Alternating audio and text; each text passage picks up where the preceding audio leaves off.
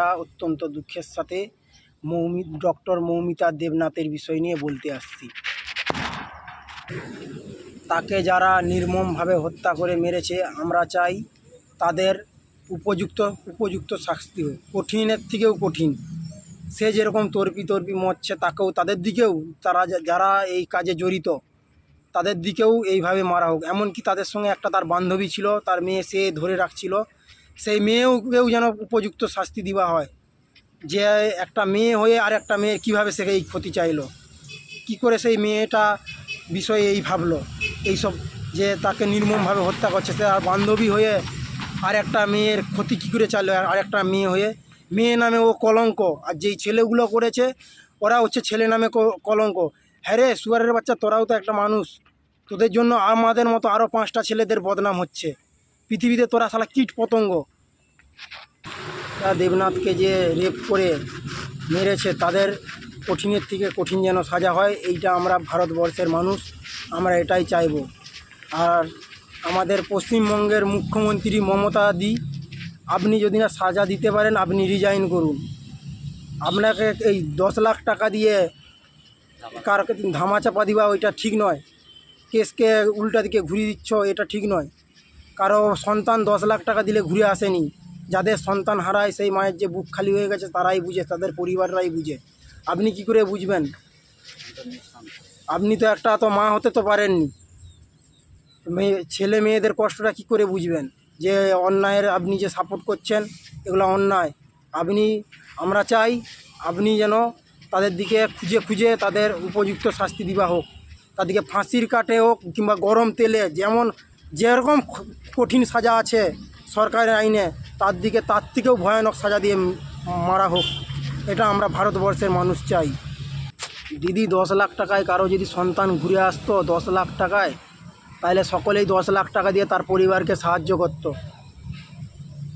আপনি কি করে বললেন একটা না মেয়ে হয়ে আর একটা মেয়ের বিষয় কিংবা তার পরিবারের বিষয়ে 10 লাখ টাকা দিয়ে তাকে, সে যে মারা গেছে সে আর ঘুরে আসবে না, তার পরিবারকে 10 লাখ টাকা দেওয়া হবে? 10 টাকায় যদি সব কিছু বলে, টাকাই চিনতে শিখেছেন আপনি আর কিছুই শিখেননি নাকি? যদি না আপনি উপযুক্ত শাস্তি দিতে পারেন, আপনি মন্ত্রীর পদ থেকে বরখাস্ত করুন। আর আমাদের পশ্চিমবঙ্গের বিখ্যাত ক্রিকেট প্লেয়ার সৌরভ গাঙ্গুলি, আপনি যে কথাটা বলেছেন এটা ছোটোখাটো ব্যাপার, এটা কোনো গুরুত্বপূর্ণ বিষয় নয়। দাদা, আমি চাই না যে আপনিও একটা হচ্ছে মেয়ের বাবা, ভারতবর্ষের আপনিও একটা মেয়ের বাবা, আপনার এই কষ্টটা বোঝা উচিত ছিল, যেটা কমন ব্যাপার। আমি চাই না যে আপনার মেয়ের সঙ্গে এইসব ঘটুক। যদি আপনার মেয়ের সঙ্গে এই জিনিসটা ঘটতো, আপনি কি বলতে পারতেন যে এটা ছোটোখাটো ব্যাপার, কমন ব্যাপার? এইসব বিষয়ে আপনি কি কিছু বলতে পারতেন? আপনি বলতে পারতেন না। দাদা, আপনি আপনার মনটাকে বড় করুন। মন ছোট বলে কেউ কোনোদিন বড় হয়ে যায় না, নামটাকেই আপনি বড় হয়েছেন। আপনার আগে মনটা বড় করুন। আপনার মেয়েও যেন আমাদের ভারতবর্ষের মেয়ে, সেরকম আরেকজনও যে ছিল মৌমিতা দেবনাথ, সেও হচ্ছে ভারতবর্ষের মেয়ে, সেও কারো মায়ের কারো বাপের সন্তান। যদি আপনার মেয়ের সঙ্গে এই ঘটনা হবে বলছি না, যদি হতো, আমিও চাই না আপনার কোনো ভারতবর্ষের কোনো মেয়ে কোনো বোনদের সঙ্গে এরকম হোক। যদি হতো তাহলে আপনি কি এটা বলতে পারতেন? আপনার মেয়ের বিষয়ে যে এটা ছোটোখাটো বিষয়, আপনি বলতে পারতেন না। মৌমিতা দেবনাথকে যে ওর বান্ধবী যে এই যে শাস্তিটা দিয়েছে, তাকে যেন কঠিনত শাস্তি দেওয়া হোক। আমরা পশ্চিমবঙ্গের মানুষ কিংবা ভারতবর্ষের মানুষ এটাই চাই যে মৌমিতা দেবনাথকে যে হারে কষ্ট দিয়ে মারছে, যারা এই কাজে জড়িত তাদের দিকে একদম কঠিন সাজা দিক। আর তাদের যারা এইসব কাজ করেছে তারা পুরুষ, তাদের লিঙ্গ কেটে ফেলে দেওয়া হোক, তাদের সেই নুন লঙ্কা দিয়ে তার দিকে তোরপানা হোক। তারা তবে এই কষ্টটা বুঝবে, তাদের বউ বাচ্চাও বুঝতে পারবে, তাদের পরিবারও সেই কষ্টটা বুঝবে। আজ মৌমিতা দেবনাথের যে পরিবার যে কষ্টটা ভোগ করতেছে, তারাও যেন, তাদের পরিবারও যেন এরকম কষ্টটা ভোগ করে। আর যে মেয়েটা ওদের সঙ্গে জড়িত ছিল সেই মেয়েকেও ওরকম কষ্ট দিয়ে তর্পিয়ে তাকেও মারা হোক, এটা আমরা চাই। একটা বান্ধবী হয়ে কি করে এই কাজটা করতে পারে? সেও তো মেয়ে, এও তো মেয়ে।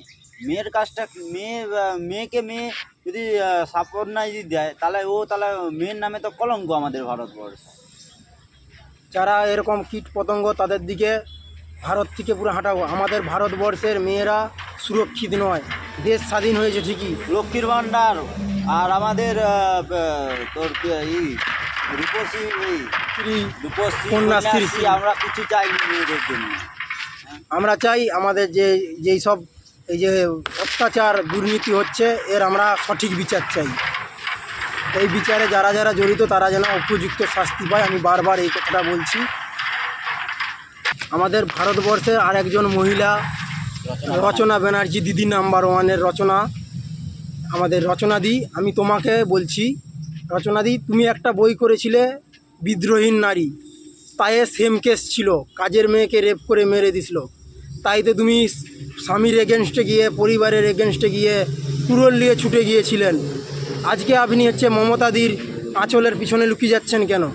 আজকে আপনি কিছু বলছেন না কেন? কেন বলুন। সেটা হচ্ছে আপনি কি হচ্ছে নাটক করেছিলেন, তাই নাটকে বলতে হবে পয়সা কামানোর জন্য পয়সা বলেছিলেন। কামানোর জন্য। এতে আপনি পয়সা পাচ্ছেন না বলে চুপচাপ আছেন কেন? ভারতবর্ষে একটা এইটা একটা রিয়েল ঘটনা, সেটা একটা ফিল্ম, যাকে বই, এটা সত্যিকারের ঘটনা। এটা একটা সত্যি ঘটনা। তাকে আপনি সাপোর্ট করছেন না কেন? আপনি এখন বিদ্রোহীর নারী কোথায় লুকিয়ে গিয়েছেন? বিদ্রোহীনের নারী এখন কোথায় গিয়েছেন? চুপচাপ মমতাদির পেছনে লুকিয়ে যাচ্ছেন। তার আমি কাপড়ের বলছি না নিচে- যে আপনারা, আমি কোনো পার্টির বিষয় নিয়ে বলছি না।